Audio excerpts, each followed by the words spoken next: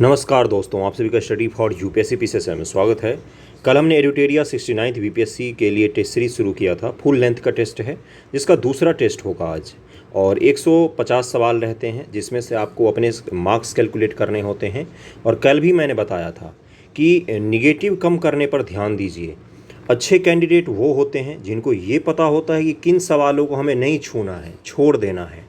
Negative जहाँ पर लगते हैं, देखिए थोड़ा सा रिस्क तो आपको लेना ही पड़ेगा। जैसे ही नेगेटिव मार्किंग आता है तो आपको रिस्क लेना ही पड़ता है। कुछ सवाल ऐसे होंगे जो आपको नहीं आता होगा, या जिसमें आप बोलते हैं कि गेस करेंगे आंसर या तुक्का लगाएंगे, ऐसे होंगे ही होंगे। लेकिन ऐसा भी नहीं होना है कि 150 लगा रहे हैं और उसमें से निगेटिव ज़्यादा बन रहे हैं। निगेटिव को कम करने की थोड़ी सी कोशिश कीजिए, सवालों को छोड़ दीजिए अगर नहीं आ रहा है तो, और देखिए अपने मार्क्स कितने आते हैं। जितने एक्सपेरिमेंट करने हैं आपको एग्ज़ाम में जाने से पहले कर लीजिए, ताकि एग्ज़ाम में एक रणनीति के साथ आप जाएं कि मुझे साइंस में इतने सवाल सही करने हैं, हिस्ट्री में इतने करने हैं, करंट में इतने करने हैं, और आपका पीटी हो जाए। इस चीज़ का ध्यान रखिएगा।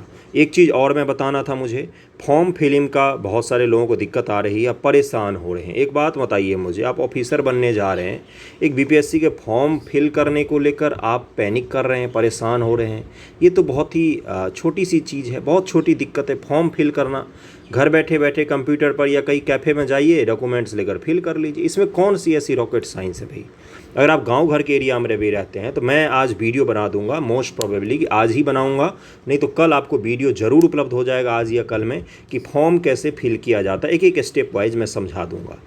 इसको लेकर परेशान मत होना, परेशान नहीं होना चाहिए। बहुत ही छोटी चीज़ है, समझ रहे हैं ना आप लोग जो मैं समझाना चाह रहा हूँ। इतने बड़े पद की तैयारी करते हैं, छोटे छोटे चीज़ों को लेकर पैनिक होंगे, परेशान होंगे तो कैसे काम चलेगा। थोड़ा सा धैर्य रखना सीखिए, पेशेंस रखिए। 8 तारीख तक डेट है, और बीपीएससी का जिस तरह से चिंटू लाल वाला रवैया है वो 8 तारीख को 18 तारीख तक ज़रूर बढ़ाएगा। उम्मीद है ऐसा, कोई ज़रूर 8 तारीख से पहले ही सब लोग फॉर्म भर लीजिएगा। 8 अगस्त तक का समय दिया हुआ है शायद उन्होंने, या पता नहीं कितना, 8 ही अगस्त है शायद, तो उससे पहले फॉर्म भर लेंगे। परेशान नहीं होने हैं और पैनिक नहीं होना। अगर एलिजिबल होंगे तो इस बार भरेंगे, नहीं एलिजिबल होंगे तो अगली बार भरेंगे। कुछ कर तो नहीं सकते हैं, परेशान उसके लिए क्यों होना। बहुत सारे बच्चे मुझे मैसेज कर रहे हैं, इसलिए मैं कह रहा हूँ, अगर आप अपीयरिंग में हैं तो फॉर्म भरने की कोशिश कीजिए। अगर आप अपीयरिंग में फॉर्म भरने देते हैं तो बहुत अच्छी बात, नहीं तो बंद कर दीजिए रजिस्ट्रेशन करके, और कुछ है ही नहीं उस फॉर्म में। चलिए मैं वीडियो बना दूंगा आज का अपना वीडियो शुरू करते हैं। एक एक सवाल को अटैम्प्ट कीजिएगा, सभी सवाल आपके लिए इंपॉर्टेंट हैं। जहाँ पर भी डाउट होता है, कल मैंने जो सत्येंद्रनाथ टैगोर की जगह पर सत्येंद्रनाथ बोस बोल दिया था, तो उसके लिए ऐसे मिस्टेक हो जाते हैं। 150 सवाल करने होते हैं तो एक आध ऊपर नीचे हो जाएगा।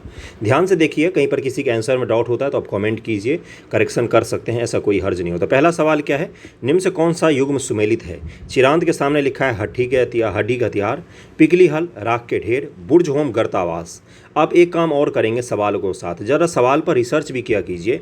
जैसे मैं आपसे पूछूं, चिरांत तो आपको पता है सारण जिला छपरा में है, पिकली हल कहाँ है और बुर्ज होम कहाँ है, इसके स्थान को देखिए। एनसीईआरटी में दिया रहता है, मैपिंग भी थोड़ा सा हिस्ट्री में करना चाहिए, सवाल पूछ लेता है कई बार। तो इसको देखिए कि किस राज्य में है, कहाँ पर है, किस जगह पर है, और अगर पता हो तो कमेंट कर सकते हैं।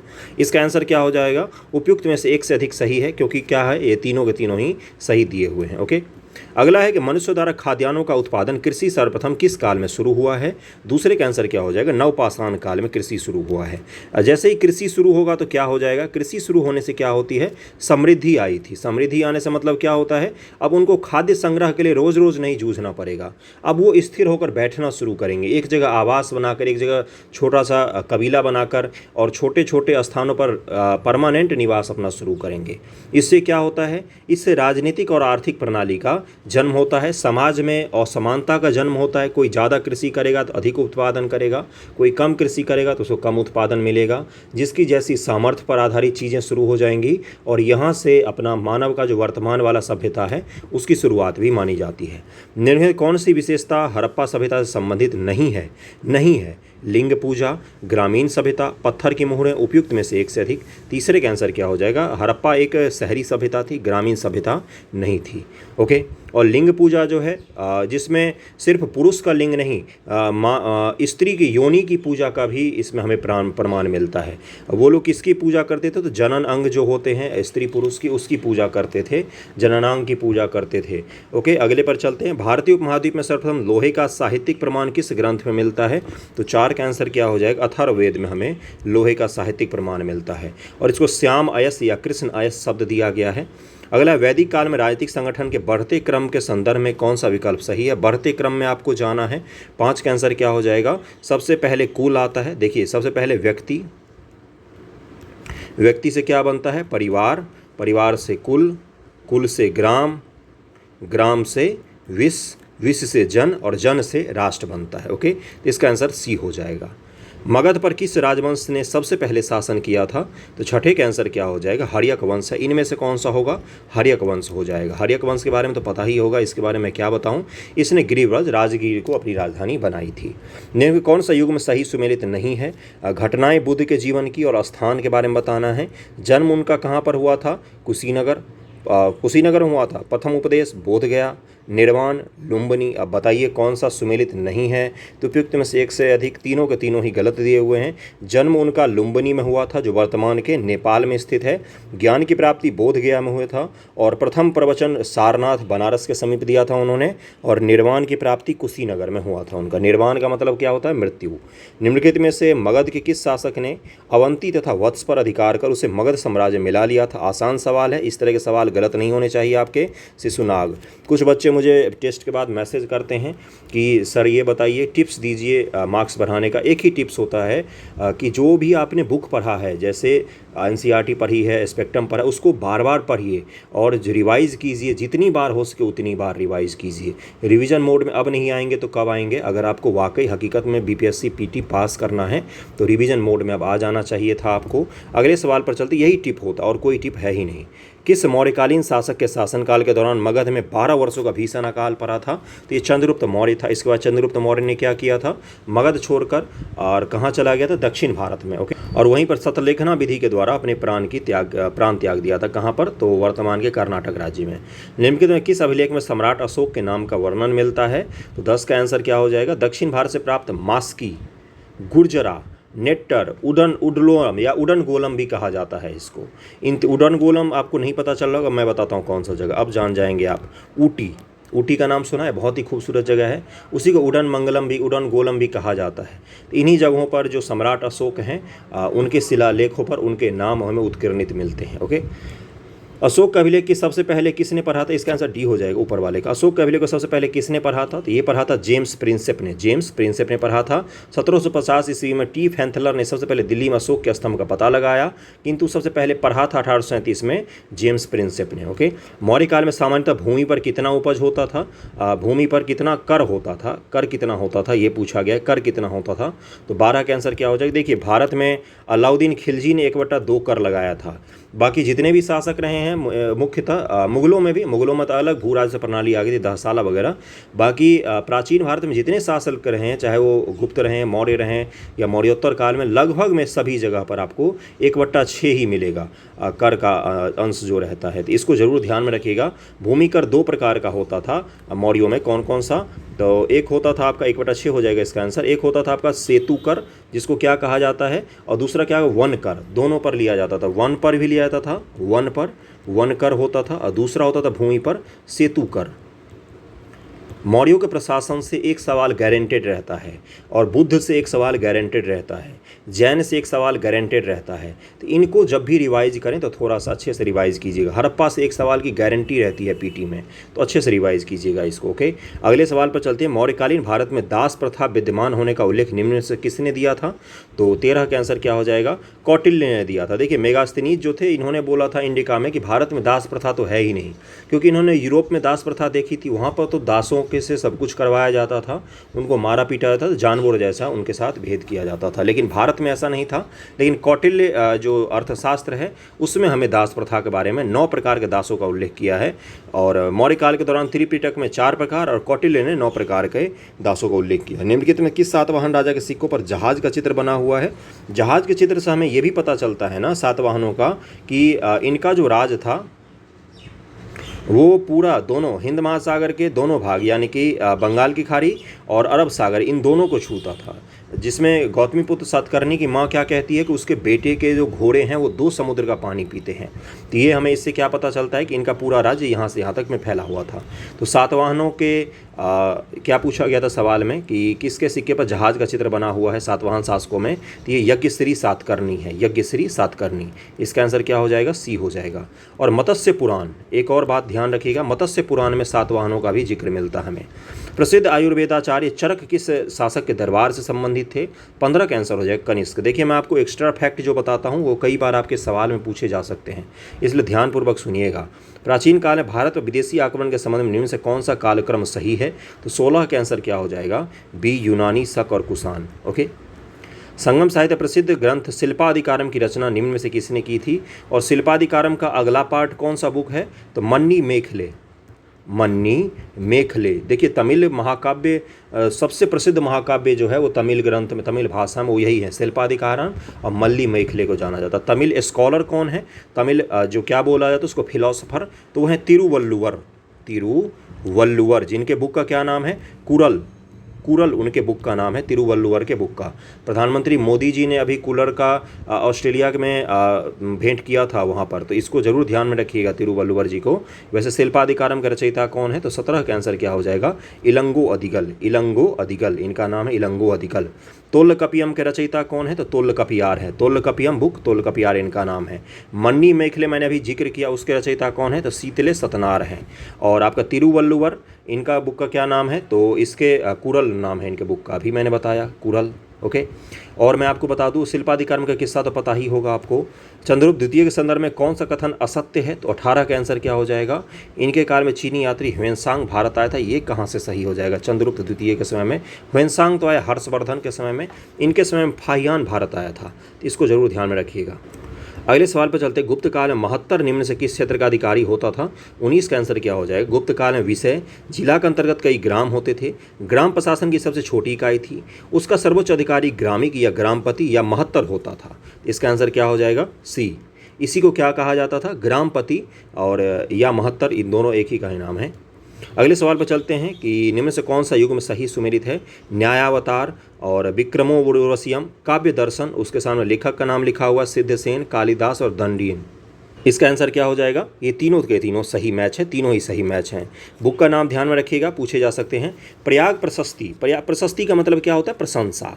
प्रयाग प्रशस्ति किसका है, तो ये समुद्रगुप्त का वर्णन किया किसने, हरिसेन ने किया है, तो ये किसके द्वारा लिखा गया है, तो हरिसेन के। असत्य कथन की पहचान करना है आपको, इसमें असत्य कथन कौन सा है। देखिए यहाँ पर कौन कौन से दिए हुए हैं कि प्रयाग प्रशस्ति की रचना हरिसेन के द्वारा की गई, सही है। या प्रशस्ति संस्कृत भाषा में लिखी, ये भी सही है। हरिसेन चंद्रगुप्त द्वितीय का आश्रित कवि था, नहीं, वो किसका था, समुद्रगुप्त का था, समुद्रगुप्त का लिखा है, समुद्रगुप्त का था। ओके, समुद्रगुप्त का राज दरबारी था। अगले सवाल पर चलते हैं कि गुप्त काल में महादंडनायक कौन था, तो महादंडनायक का पद क्या होता था, न्यायाधीश, न्यायाधीश। सम्राट हर्ष ने किस स्थान में बौद्ध धार्मिक सम्मेलन का आयोजन करवाया था, तो इसका आंसर क्या हो जाएगा, कन्नौज एवं प्रयाग में करवाया था। कन्नौज और प्रयाग में सम्राट हर्ष बौद्ध धार्मिक सम्मेलन का आयोजन करवाते थे। निम्न किस चीनी यात्री ने बौद्ध शिक्षा के महान केंद्र नालंदा महाविहार की यात्रा की थी, तो 24 का आंसर क्या हो जाएगा, कल भी ये आया था, उपयुक्त में से एक से अधिक हो जाएगा, ह्वेनसांग, इत्सिंग, इन दोनों ने किया था। कल भी ये सवाल मैंने कहा था। फाहियान कब आया भाई, कुमारगुप्त के समय में नालंदा बना है, और फाहियान आया है चंद्रगुप्त द्वितीय के समय में, बताइए वो कैसे जाएगा भाई नालंदा महाविहार में। प्राचीन काल स्मृतियों में सबसे पहले किस स्मृति की रचना की गई थी। स्मृति का मतलब क्या होता है, कानून की पुस्तक, क्या होता है, कानून की पुस्तक। याज्ञवल्क्य स्मृति, मनु स्मृति, ये सब कानून की पुस्तक है।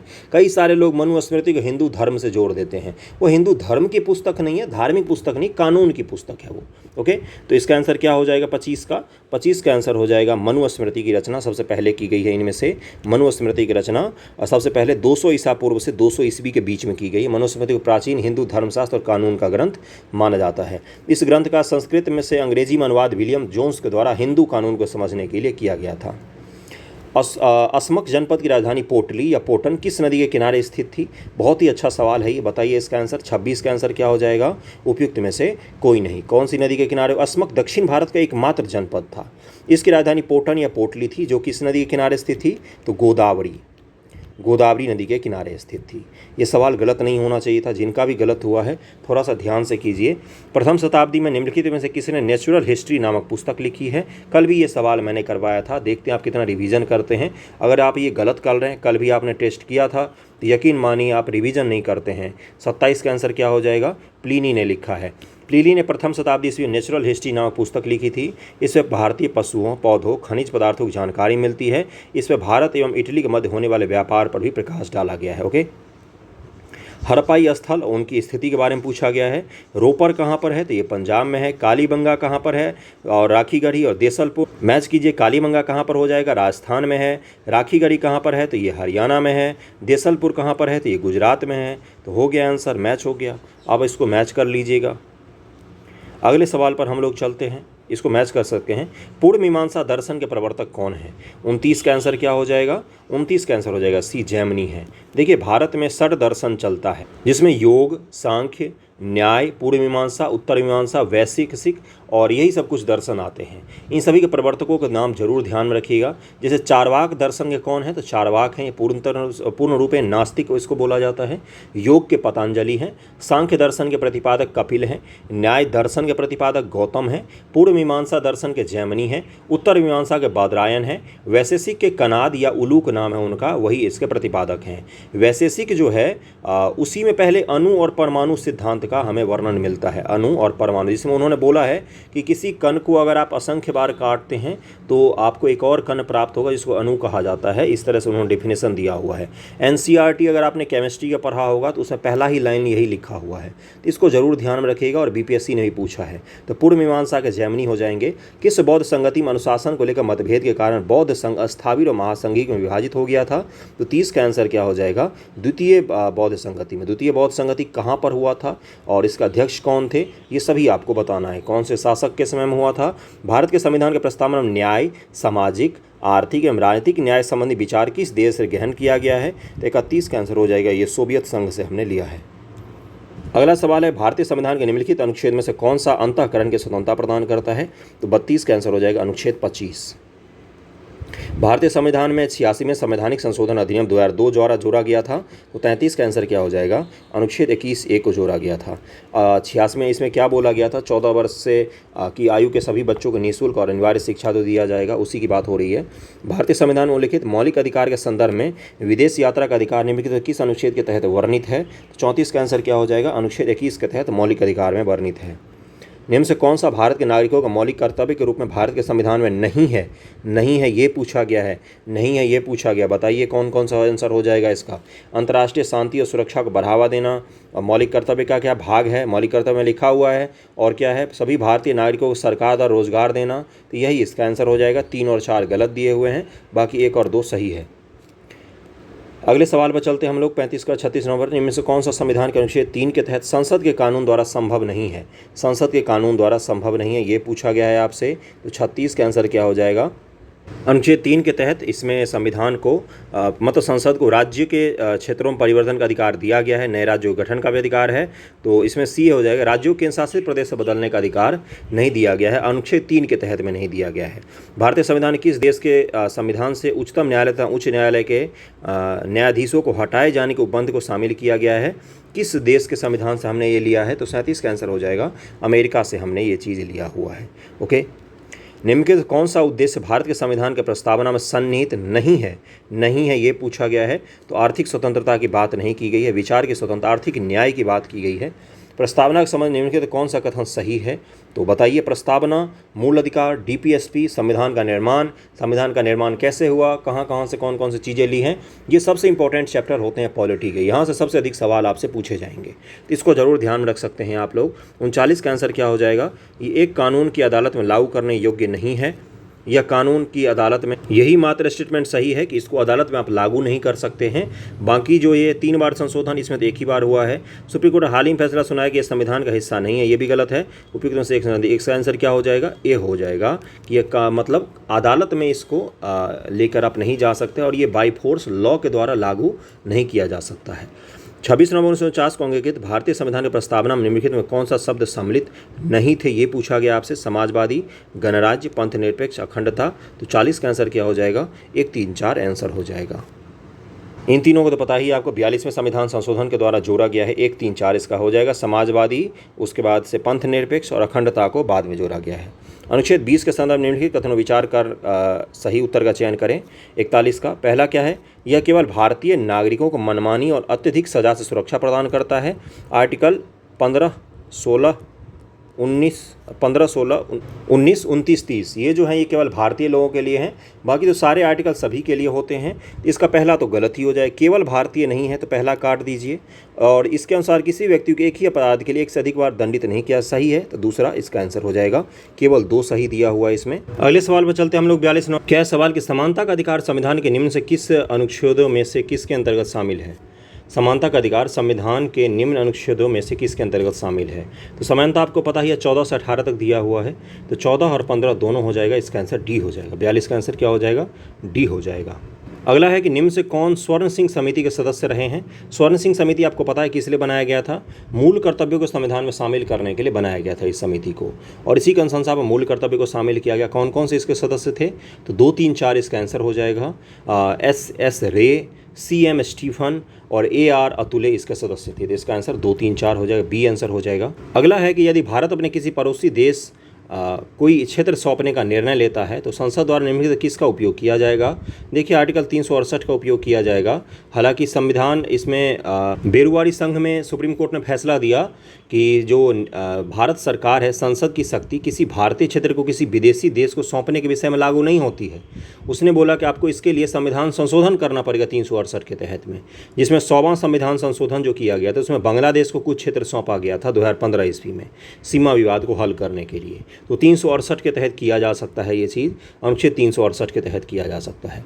निम्नलिखित में से कौन 1953 में गठित राज्य पुनर्गठन समिति के सदस्य नहीं थे ये पूछा गया है आपसे। 45 का आंसर क्या हो जाएगा? पट्टाभी सीतारामैया नहीं थे, वो तो JVP समिति जो था उसके सदस्य थे पट्टाभी सीतारामैया। बाकी फजल अली, हृदयनाथ कुंजरू और KM पन्नीकर थे सदस्य। 1953 में कौन सा आयोग गठित हुआ था? तो फजल अली आयोग गठित हुआ था। तो 45 का आंसर क्या हो जाएगा? बी केवल 2 हो जाएगा। उत्तर भारत के उत्तरी मैदानों में शीतकालीन वर्षा होती है किसके कारण? तो ये होती है पश्चिमी विक्षोभ के कारण। 46 का आंसर डी हो जाएगा।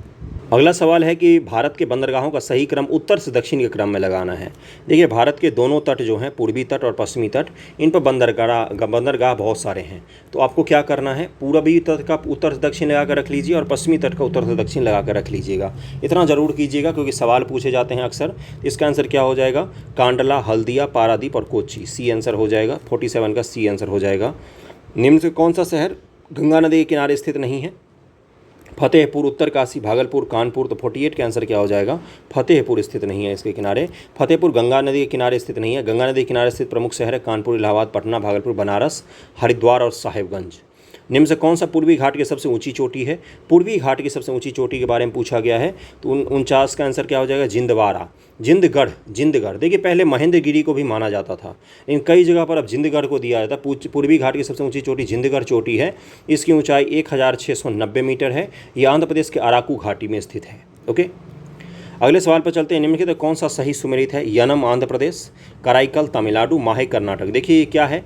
ये पंडिचेरी जो है, पंडिचेरी उसी का क्षेत्र है। ये जो अलग अलग राज्यों में फैला हुआ है, जिसमें यनम मैं घूमने गया हूँ, बहुत ही खूबसूरत जगह आंध्र प्रदेश में है ये, और कराईकल तमिलनाडु में है और माहे कर्नाटक में है। तो माहे कर्नाटक में है क्या? इसका आंसर क्या हो जाएगा? माहे केरल में आता था। 50 का आंसर क्या हो जाएगा? 1 और 2 आंसर हो जाएगा। 1 और 2 आंसर हो जाएगा। 1 और 2 बी में है। ओके, इसका आंसर क्या हो जाएगा? 1 और 2 बी आंसर हो जाएगा। माहे कर्नाटक में नहीं, केरल में है। भारत में बाल लिंगानुपात में गिरावट का मुख्य कारण निम्नलिखित में कौन सा है? तो 51 का आंसर क्या हो जाएगा? उपयुक्त में से एक से अधिक है। कन्या भ्रूण हत्या के कारण भी है। महिलाओं के सशक्तिकरण का अभाव है। महिलाओं की सामाजिक स्थिति भी अच्छी नहीं है, इसके कारण से है। नीलांग घाटी किस राज्य केंद्र शासित प्रदेश में स्थित है? तो 52 का आंसर हो जाएगा उत्तराखंड। ये गंगोत्री नेशनल पार्क का हिस्सा है, बहुत ही खूबसूरत जगह है। निम्न किस राज्य में सर्वाधिक पायराइट पाए जाते हैं? पायराइट अपने यहाँ ही होता है, बिहार में आंसर हो जाएगा ये। निम्न से कौन सा वह कारक नहीं है जो किसी क्षेत्र की जलवायु को नियंत्रित करता है? औसत वर्षा, अक्षांशीय स्थिति, महासागरीय जलधारा, समुद्र से दूरी। इसका आंसर क्या हो जाएगा? इसका आंसर हो जाएगा औसत वर्षा। कृष्णा नदी की सहायक नदी निम्न से कौन सी नहीं है? तो 55 का आंसर क्या हो जाएगा?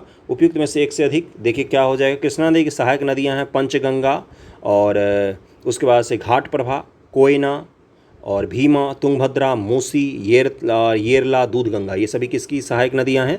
तो ये सभी कृष्णा नदी की सहायक नदी है। तो इसका आंसर क्या हो जाएगा? ई आंसर हो जाएगा। डी है एक्चुअली में वो। निम्नलिखित में कौन सा पंजाब में भूमि निम्नीकरण का मुख्य कारण है? तो 56 का आंसर क्या हो जाएगा? अधिक सिंचाई के कारण वहाँ पर लवणीय हो गई है मृदा। निम्न से दिए गए कथनों में से कौन सा गलत है? मलनाड क्षेत्र कर्नाटक, छोटा नागपुर पठार झारखंड, सोमेश्वर की पहाड़ी बिहार, उपयुक्त में से एक से अधिक कौन सा गलत है, ये पूछा गया है। 57 का आंसर क्या हो जाएगा? इसका आंसर हो जाएगा डी, एक से अधिक गलत है। मलनाड क्षेत्र जो है यहाँ पर आंसर गलत दिया हुआ, उपयुक्त में से कोई सा भी नहीं होगा। क्योंकि सभी के सभी सही मैच है। मलनाड क्षेत्र आपका कर्नाटक में ही है, छोटा नागपुर का पठार झारखंड में है, सोमेश्वर की पहाड़ी बिहार में ही स्थित है। इसलिए इसका आंसर क्या हो जाएगा? कौन सा गलत है? तो एक भी नहीं होना चाहिए, उपयुक्त में से एक भी नहीं गलत है, सब सही है। अगला सवाल है, ग्रीष्मकालीन मानसून के भारत प्रवाह की सामान्य दिशा क्या है? दिशा पूछा गया ग्रीष्मकालीन मानसून की, तो दक्षिण पश्चिम से उत्तर पूर्व की तरफ ये चलती है। सी आंसर हो जाएगा। अगला है कि निम्नलिखित कौन सा मुद्रा के अवमूल्यन का सबसे संभावित प्रभाव होगा? मुद्रा का अवमूल्यन मतलब जैसे रुपया है तो रुपये का डिवैल्यूएशन हो जाता है, तो इसका सबसे संभावित प्रभाव क्या होगा? आप मुझे बताएंगे। बहुत ही आसान सवाल है, थोड़ा सा ध्यानपूर्वक सोचेंगे तो इससे क्या हो जाएगा? 59 का आंसर क्या हो जाएगा? देश का एक्सपोर्ट बढ़ जाता है, क्योंकि हमारा जो वैल्यूएशन जो है वो कम हो जाएगा, तो यानी कि हमारा रुपया सस्ता हो जाएगा। यानी कि कोई $1 में पहले भारत से एक सामान खरीदता था, भारत से 4 सामान खरीद सकता है वो $1 लेकर। तो क्या करेगा? अपने देश का निर्यात जो है वो बढ़ जाता है। इसीलिए चीन जो है वो कई बार अपने मुद्रा का डिवैल्यूएशन कर देता है जानबूझकर, एक्सपोर्ट को बढ़ाने के लिए। तो इसका आंसर क्या हो जाएगा? बी हो जाएगा। निर्यात में वृद्धि हो जाती है। आपको लग रहा होगा कि पैसे गिरने का सारा नुकसान ही होता है, एक जगह बस बेनिफिट होता है। वह दर जिस पर अनुसूचित वाणिज्य बैंक रिजर्व बैंक से रातों रात धन की अतिरिक्त राशि उधार ले सकता है, उसको क्या कहा जाता है? इकोनॉमिक्स का मौद्रिक नीति में ये सब आपको मिल जाएगा। 60 का आंसर क्या हो जाएगा? सीमांत अस्थायी सुविधा कहा जाता है, MSF कहा जाता है। निम्न से कौन सा कार्य आरबीआई से संबंधित नहीं है? क्वेश्चन को पॉज कीजिए, अटेम्प्ट कीजिए। आरबीआई से संबंधित नहीं है। ऋण नियंत्रण, मुद्रित नोट जारी करना, जनता को पैसा उधार देना। जनता को कब से आरबीआई पैसे उधार देने लगी? अंतिम उपाय के रूप में वाणिज्य बैंकों को धन उपहार देना। इसका आंसर हो जाएगा सी। बी गलत दिया हुआ है, बी यानी कि जनता को पैसे उधार देना आरबीआई का काम बिल्कुल भी नहीं है। भारत को आत्मनिर्भर और स्व उत्पादक अर्थव्यवस्था के रूप में स्थापित करने का प्राथमिक लक्ष्य किस पंचवर्षीय योजना का था? तो 62 का आंसर क्या हो जाएगा? 62 का तीसरे पंचवर्षीय योजना का था। तीसरे पंचवर्षीय योजना का आपको कार्यकाल मुझे बताना है और ये बताना है कि किस मॉडल पर आधारित था। पंचवर्षीय योजना तो आपने पढ़ा होगा, नहीं पढ़ा है तो पढ़िए बैठ कर, सवाल आते हैं वहाँ से। भारत में किस पंचवर्षीय योजना के अंतर्गत नीली क्रांति का आरंभ किया गया था? नीली क्रांति का आरंभ किया गया था 7वीं पंचवर्षीय योजना के तहत। कब से कब तक है इसका टाइम पीरियड? तो 85 से 90 है नीली क्रांति की शुरुआत। इसके अंतर्गत मछली और समुद्री उत्पाद के तेजी से वृद्धि करना था। नीति आयोग उपाध्यक्ष को भारत सरकार के सार्वजनिक वरीयता क्रम में महत्व का दर्जा दिया गया है। किसके समान होते हैं नीति आयोग उपाध्यक्ष जो होते हैं? नीति आयोग के अध्यक्ष तो हमारे प्रधानमंत्री महोदय होते हैं। बताइए 64 का आंसर क्या हो जाएगा? 64 का आंसर हो जाएगा इनमें से एक से अधिक। उपयुक्त विकल्प ए और सी दोनों सही दिए हुए हैं। भारत सरकार कैबिनेट मंत्री के समान होते हैं और राज्यसभा लोकसभा विपक्ष के नेता के समान उनको दर्जा दिया जाता है। ओके, निम्न से कौन सा एक संवैधानिक निकाय नहीं है? कॉन्स्टिट्यूशनल बॉडी नहीं है। संघ लोक सेवा आयोग, यूपीएससी तो है। राज्य लोक सेवा आयोग, वित्त आयोग, नीति आयोग, तो इसका आंसर हो जाएगा नीति आयोग का संविधान में कोई जिक्र नहीं है। नीति आयोग का तो कोई एक्ट भी नहीं है। इसको केवल एक आदेश के द्वारा कार्यपालिका के आदेश के द्वारा निर्माण किया गया था। जब इसका निर्माण किया गया था तब इसका योजना आयोग नाम था और पंडित नेहरू जी के समय में इसका निर्माण किया गया था। ओके, अगले पर चलें। अगला सवाल है कि नीति आयोग के बारे में निम्नलिखित में से कौन सा कथन सही है? नीति आयोग का उद्देश्य सतत विकास लक्ष्यों को प्राप्त करना, देश में सहकारी संघवाद को बढ़ावा देना। भारत के प्रधानमंत्री नीति आयोग के पदेन अध्यक्ष हैं। नीति आयोग में 8 पूर्णकालिक सदस्य होते हैं। 66 का आंसर क्या हो जाएगा? 1 और 2 सही है और इसका क्या हो जाएगा आंसर? कि नीति आयोग में 8 पूर्णकालिक नहीं 5 पूर्णकालिक सदस्य होते हैं। 1 अध्यक्ष होता है, 2 अंशकालिक सदस्य होते हैं। Okay, clear. अगले पर चलते हैं। औद्योगिकरण उदारीकरण की नई नीति किस पंचवर्षीय योजना में अपनाई गई थी? यही सवाल आपसे बीपीएससी में 68वीं में पूछा गया था। वहाँ पर बस इस भी लिखा हुआ था किस वर्ष में अपनाई गई थी। बजट पूछा गया था किस वर्ष के बजट में अपनाई गई थी। तो 67 का आंसर हो जाएगा 8वीं पंचवर्षीय योजना। 1992 से 97 का कार्यकाल था उसका, 92 से 97। ओके, निम्न से कौन सा युग में सुमेलित है? आदेश मुद्रा, व्यापक मुद्रा, वैध मुद्रा। अब आपको बताना है कौन सा सही है। 68 का आंसर क्या हो जाएगा? उपयुक्त में से एक से सही अधिक सही है। आदेश मुद्रा वह मुद्रा जिसका कोई आंतरिक मूल्य नहीं होता, ये भी सही दिया हुआ है। व्यापक मुद्रा डाकघर द्वारा रखी गई आवधिक जमा प्लस क्या होगा, संकुचित मुद्रा, यानी कि व्यापक मुद्रा में क्या होता है, संकुचित मुद्रा प्लस डाकघर द्वारा रखी गई आवधिक जमा। देखिए मनी मल्टीप्लायर पढ़ के जाइएगा एग्जामिनेशन में, जिसमें M1 M2 जो होता है ना, वहाँ से सवाल कई बार पूछे गए हैं कि कौन सा का वैल्यू ज़्यादा होता है, कौन सा ज़्यादा फ्लेक्सिबल होता है, किससे आसानी से बाजार में पैसे बढ़ सकते हैं, कम हो सकते हैं। इकोनॉमिक्स में चैप्टर होता है, तो वहाँ पर आपको ये पढ़ना चाहिए, बेसिक है, 3 से 4 लाइन का पूरा है चारों, तो वो पढ़ लेंगे तो वहाँ से आपके सवाल पूछे जाते हैं। वैध मुद्रा किसको कहा जाता है, सरकार द्वारा जारी मुद्रा को वैध मुद्रा कहा जाता है।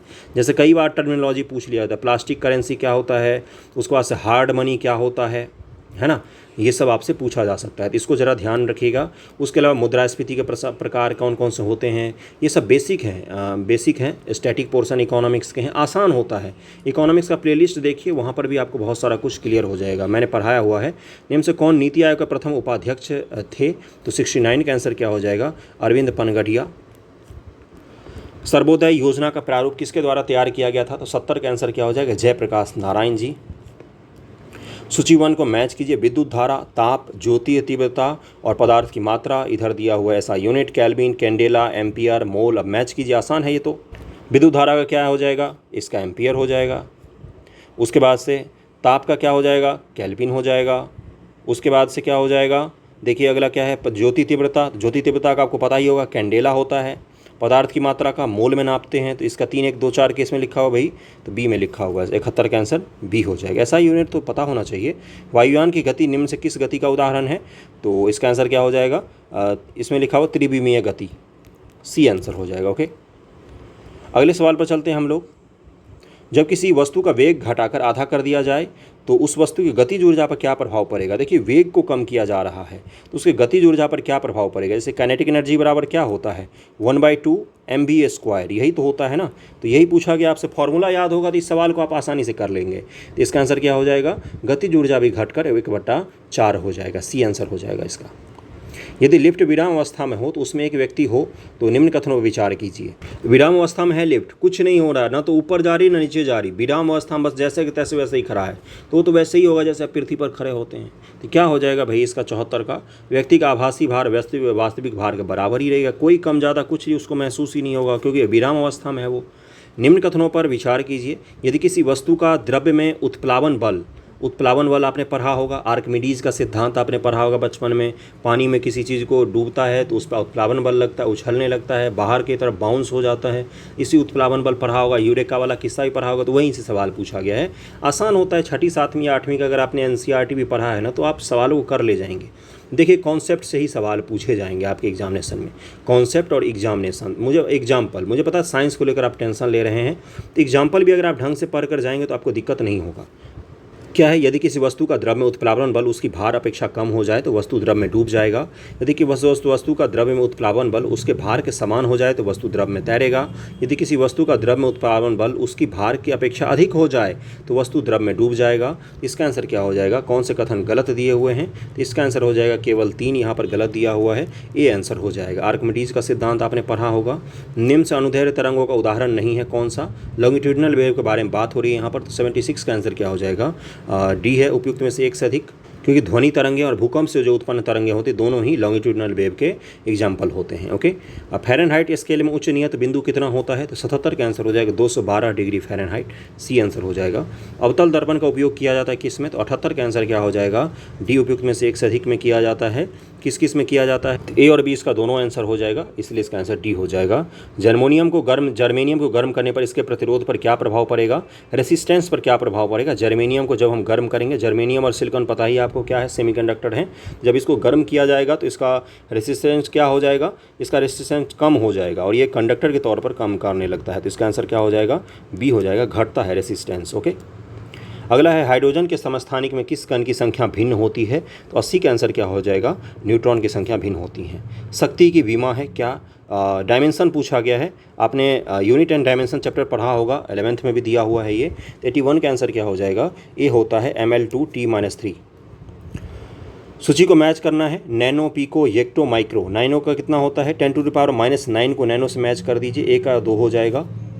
उसके बाद से पीको दिया हुआ है, पीको का 10⁻⁻12 होता है। 2 3 देखिए किस में है, ए में ही दिया हुआ है।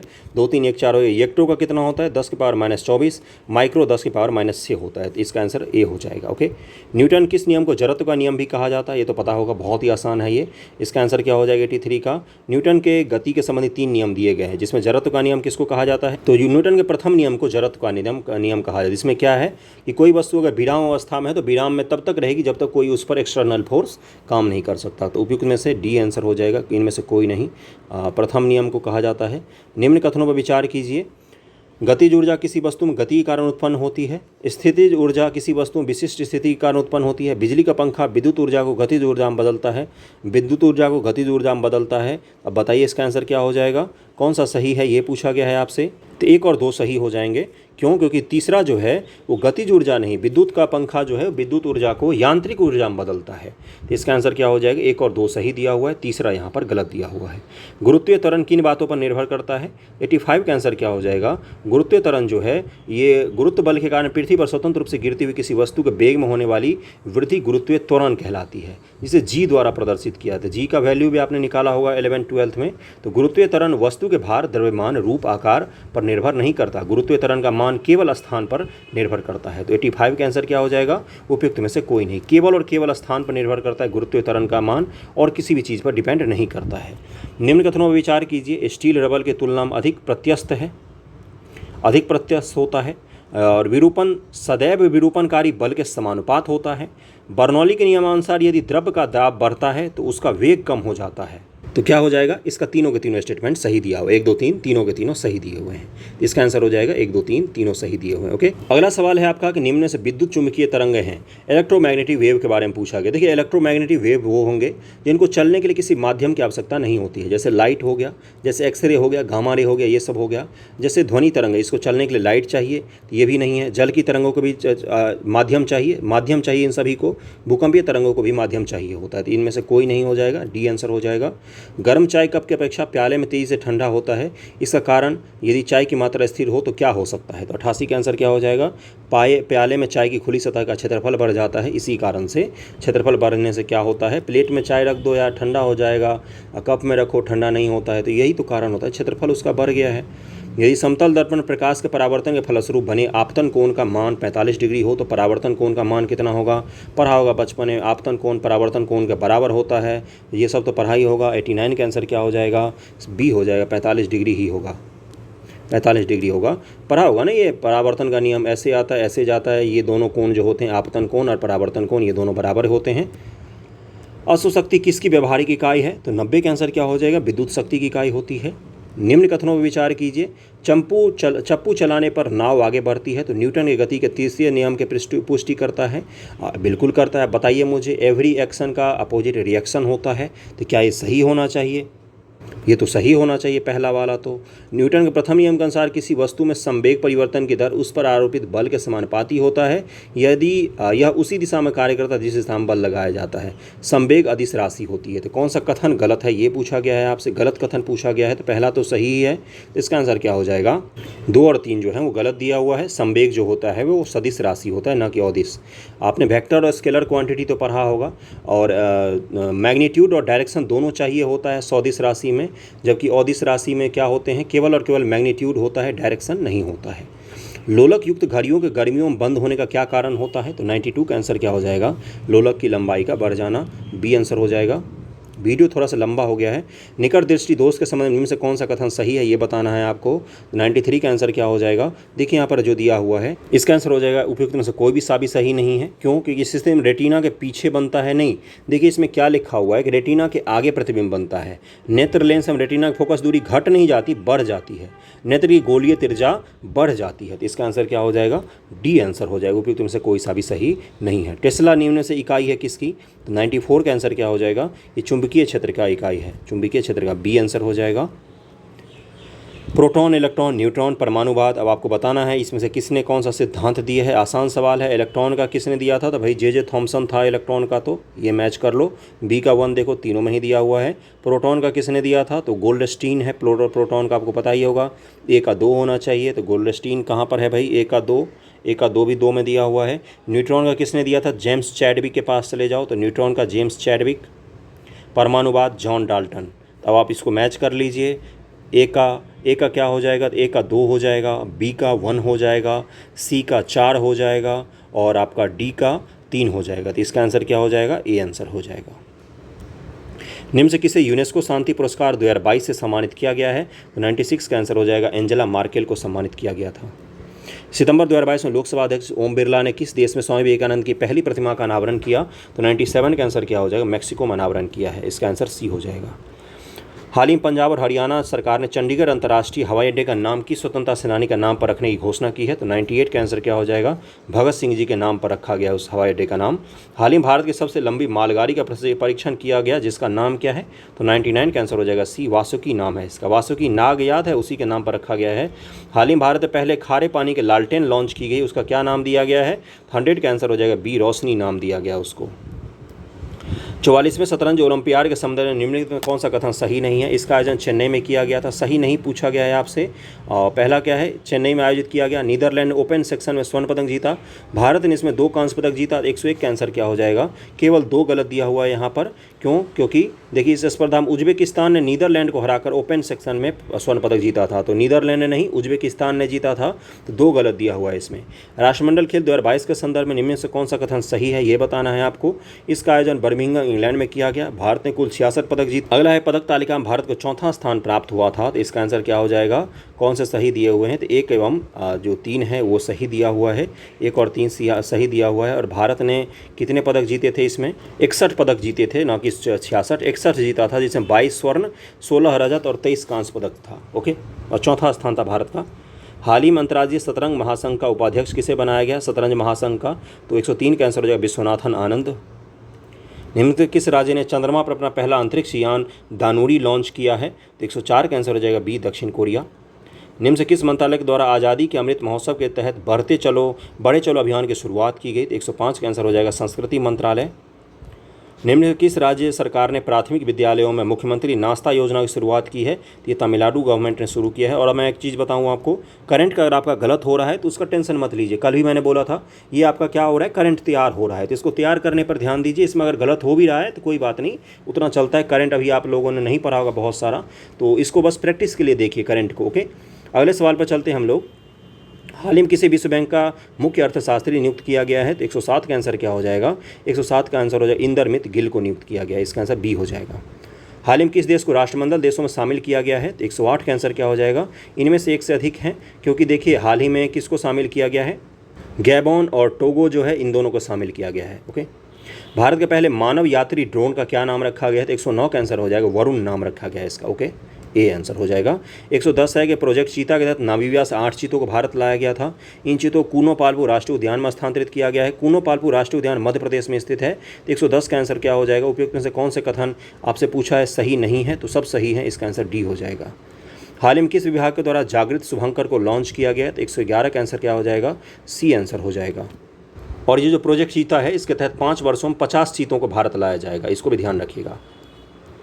अगला, हाल ही महाराष्ट्र सरकार ने औरंगाबाद शहर का नाम बदलकर कौन सा नाम रख दिया है, तो 112 का आंसर हो जाएगा संभाजी नगर इसका नाम रखा गया है, इसका आंसर बी हो जाएगा। हाल ही में विंबलडन टेनिस चैंपियनशिप 2022 महिला एकल खिताब जीतने वाली एलिना रायबकिना का संबंध किस देश से है, तो 113 का आंसर हो जाएगा, ये कजाकिस्तान से बिलोंग करती हैं। नाटो शिखर सम्मेलन 2022 के संबंध में निम्न से कौन सा कथन सही नहीं है। सम्मेलन का आयोजन मैड्रिड स्पेन में किया गया, यह सम्मेलन का 32वां संस्करण था। 2023 में नाटो शिखर सम्मेलन का आयोजन लिथुआनिया में किया जाएगा। 114 का आंसर क्या हो जाए, कि सभी कथन सही दिए हुए हैं, इनमें से कोई नहीं गलत है, सभी कथन सही दिए हुए हैं। हाल ही में जारी ग्लोबल जेंडर गैप इंडेक्स 2022 के संबंध में निम्न से कौन सा कथन सही नहीं है, 115 का आंसर हो जाएगा।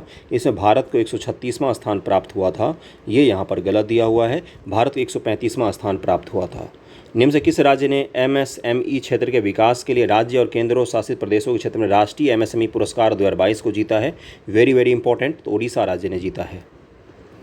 अगला सवाल है आपका कि राष्ट्रपति द्रौपदी मुर्मू 5 सितंबर 2022 को नई दिल्ली के विज्ञान भवन बिहार के किस शिक्षक को राष्ट्रीय शिक्षक पुरस्कार 2022 से सम्मानित किया उन्होंने, तो इनमें से एक से अधिक हो जाएगा, क्योंकि सौरभ सुमन और निशी कुमारी इन दोनों को सम्मानित किया गया था, सौरभ सुमन और निशी कुमारी।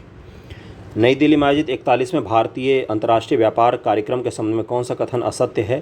तो 118 का आंसर क्या हो जाएगा? सी। राज्यों के श्रेणी में सर्वश्रेष्ठ पवेलियन के लिए बिहार पवेलियन को स्वर्ण पदक दिया गया था। इसमें इसका आंसर क्या हो जाएगा?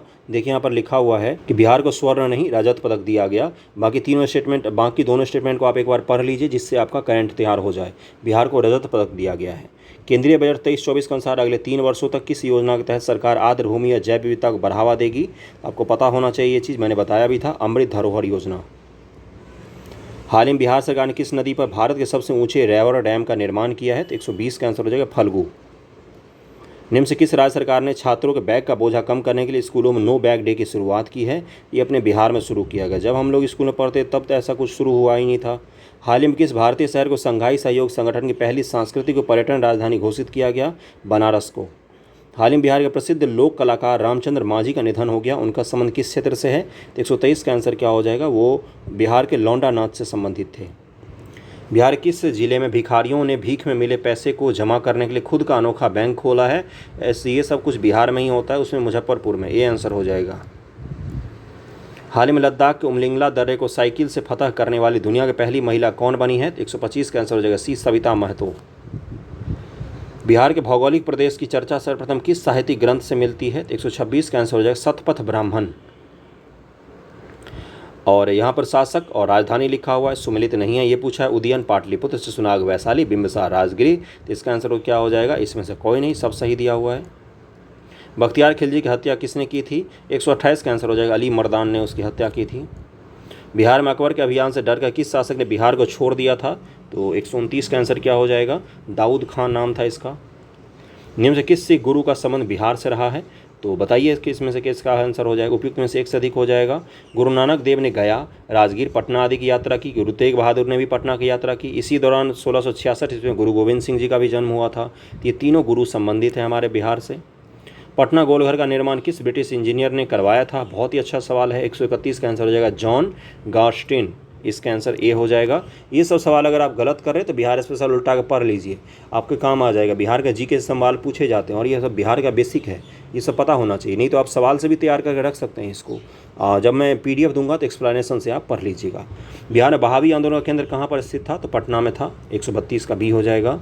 133 निम्न से कौन सा सुमेलित नहीं है?